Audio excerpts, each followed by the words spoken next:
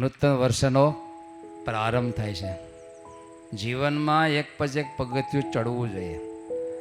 ગત વર્ષમાં આપણું જીવન ગયું, આપણને ખ્યાલ છે ગત વર્ષમાં હું આ સિસ્ટમથી જીવો અને આટલા સ્વભાવમાં મને નેડા, આટલી ભક્તિમાં કાચપ રહી, તો નૂતન વર્ષમાં શુભ સંકલ્પ કરીએ કે આવતા વર્ષે મારે થોડુંક તો એવું કરવું જોઈએ નામામાં તરીકે કે મારે આખું વર્ષ આવી રીતે પસાર કરવું છે. અડધું પગથિયું તો ચડવું પડે ને, નકર ક્યાંથી પહોંચશું આપણે? વેતી ગધેડી એમ આપણે ધર્મને માર્ગે ચાલવું એટલે કંઈ ફોર વ્હીલ નહીં ચાલે. જીવન ટ્રાન્સફર એ ધર્મને માર્ગે ચાલ્યા કહેવાય. આપણને કે ભગવાનને માર્ગે ચાલવું એટલે આમ વોકિંગ કરવાનું છે એમ નહીં. નહીં, જીવન ટ્રાન્સફર કરવું એ ભગવાનને માર્ગે ચાલ્યા. કુભાવ બંધ ત્યાં સુભાવ, અસદ વિચારો બંધ ત્યાં સદવિચારો. તે આજે નક્કી કરવું જોઈએ આવતા વર્ષે પ્રારંભ છે, મારે આટલી પ્રગતિ કરવી છે ને આટલું દૂષણમાંથી. અને કોઈ અરે અણબનાવ થયા હોય તો ભૂલી જવાને, એવું બધું હળી ગયેલું ન રખે અંદર. માણસ હાલી રાખે, પીડાયા કરે, એ બધું જવા દેવાનું. ઉકરડો બધોય રાખને શું કરવી ભાઈ તમારે?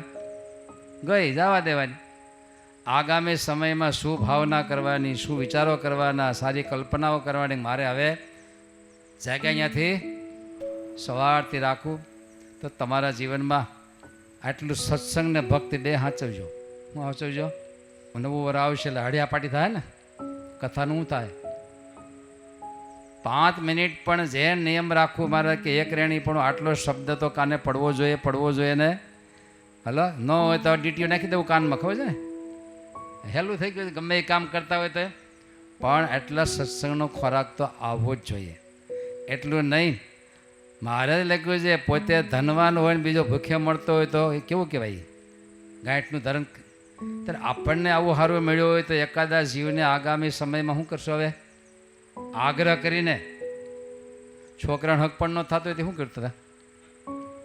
હક પણ ન, છોકરો માનતો ન હોય શું કરો? સમજાવો કે ન સમજાવો? કેવો આગ્રહ હોય કે નહીં?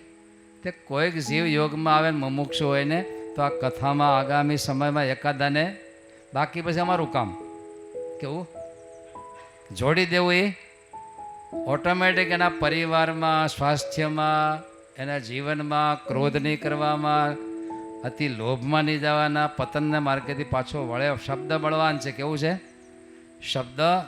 એટલે આવા જીવાત્માને આવતીકાલે જોડવાનો પ્રયાસ કરજો. વરમાં એકાદાને જોડે કે ન જોડો. તમે ગયા વર્ષે કોઈના હક પણ ગયા હતા? હગાઈમાં ગયા હતા? બોલો ખરા. કોઈના લગ્નમાં ગયા હતા? શું કર્યું? લગ્ન કરવા એટલે હું જોડી દીધો. હક પણ કરવો એટલે હું આ બધું જોડો હોય તો આમાં નહીં જોડવાનું. હક પણ કરીને આગ્રહ કરીને જોડતા રહેજો. અને અઠવાડિયે અહીંયા સુરતમાં રહેતા હોય, દૂર રહેતા હોય તો મહિને એકવાર અહીં ઓફલાઈનમાં આવવાનું નિયમ લેવું. હાલો ઓફલાઈન કથા સાંભળવા જવું છે, અથવા તો 15 દિવસ નજીકથી નજીક હોય તો 15 દિવસ, બાજુમાં રહેતા હોય તો અઠવાડિયે એકવાર.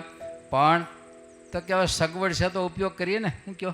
ઘેર બેઠા પણ એ લાઈવ. અને હવે અહીં એક હું આવેલો હતો રેકડી બાજુ લાઈવ ખમણ મળે છે. કેવડો આ શું હશે ખબર નહીં, મને ખબર નથી.